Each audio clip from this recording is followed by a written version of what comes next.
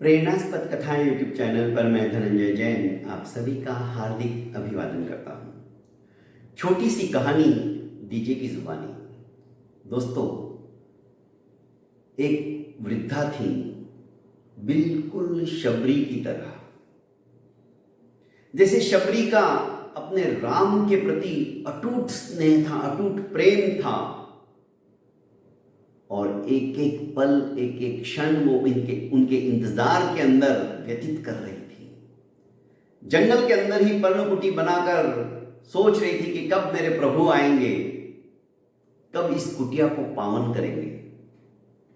ठीक इसी तरह यह वृद्धा भी एक स्वामी की, एक गुरु की परम भक्ता थी।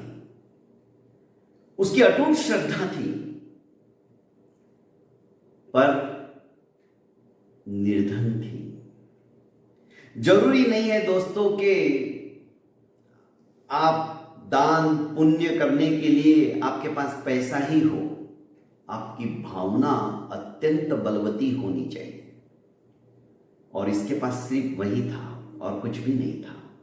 जब उसे पता चला कि मेरे गांव के अंदर मेरे प्रभु आ रहे हैं, मेरे गुरु आ रहे हैं, क्योंकि गुरु से बढ़कर और कोई नहीं है। इसीलिए किसी ने ठीक ही कहा है, गुरु गोविंद दोऊ खड़े काके लागू पाए, बलिहारी गुरुदेव की गोविंद दियो बताए। गुरु और गोविंद दोनों खड़े हैं, तो पहले किसके चरणों को छू, किसका चरण स्पर्श करूं? तो कहा है कि पहले गुरु के ही चरणों का स्पर्श करना होगा, क्योंकि गुरु ने ही उस गोविंद के दीदार कराए हैं, उसके दर्शन कराए हैं। माध्यम तो गुरु ही हुए ना।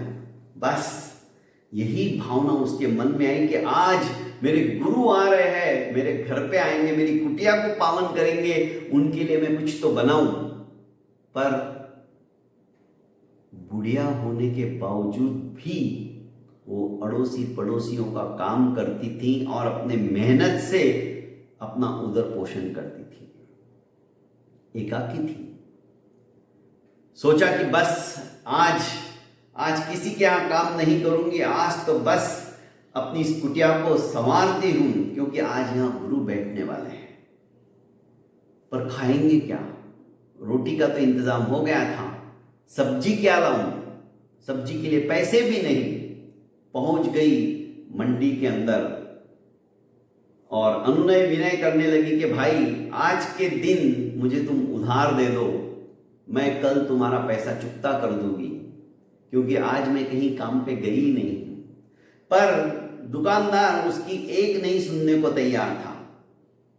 आखिर इरिटेट होकर उसने कह दिया कि एक काम करो, तुम्हारे पास ऐसी कोई चीज है क्या जो मैं इस तुला के ऊपर रख दूं और उसके बराबर की सब्जी तोलकर तुम्हें दे दूं? अब बुढ़िया के पास क्या था?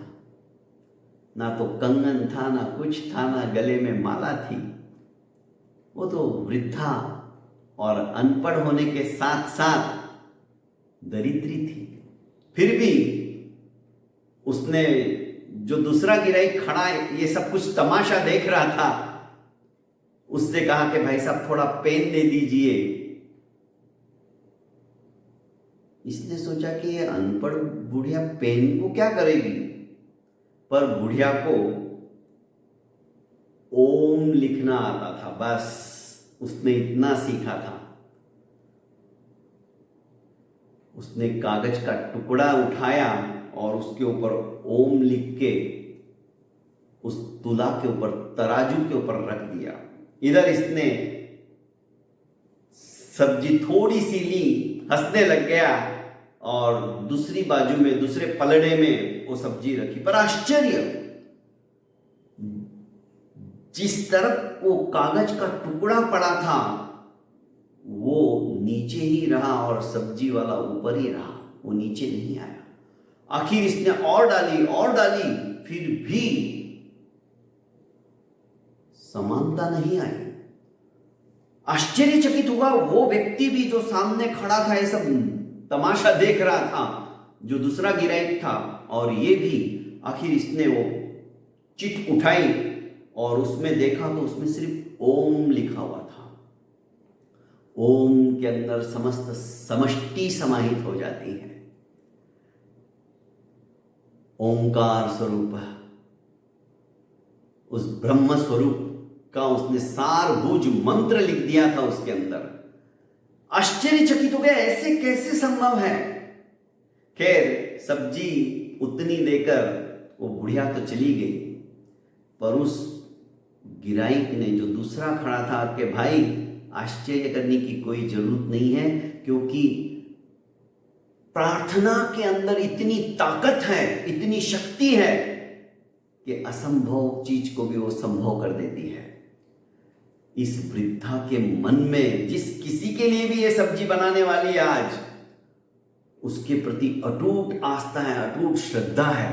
और तुम्हारे तो भाग्य खुल गए कि ऐसी वृद्धा तुम्हारे आज दुकान के ऊपर आके चली गई। पर तुम चिंता मत करो, कल वो पैसे भी देके जाएगी। इसके तो पश्चाताप के अश्रु बह निकले। उसने सोचा, हाँ मैं कितना भाग्यशाली हूं जो आज मेरे दरवाजे के ऊपर शबरी जैसी आई, जिसकी धूली भी मैं अपने ललाट के ऊपर लगा लूं तो मेरा जीवन धन्य हो जाए। दोस्तों, प्रार्थना के अंदर वो ताकत है कि हमारे जन्म जन्मांतरों के कलिमल भी क्षणार्ध के अंदर वो समाप्त कर देते हैं। बहुत बहुत धन्यवाद दोस्तों। प्रेरणास्पद कथा यूट्यूब चैनल को आपने अभी तक लाइक एवं सब्सक्राइब नहीं किया है तो कर लीजिए, और ऐसी ही भक्ति से ओतप्रोत, मोटिवेशनल और अपने बच्चों को सुसंस्कारों से संस्कारित करने के लिए संस्कारों से परिपूर्ण कहानियां यदि आप प्रतिदिन सुनना चाहते हो तो चैनल को लाइक कीजिए, सब्सक्राइब कीजिए और ज़्यादा से ज़्यादा अपनों को शेयर कीजिए। प्रणाम।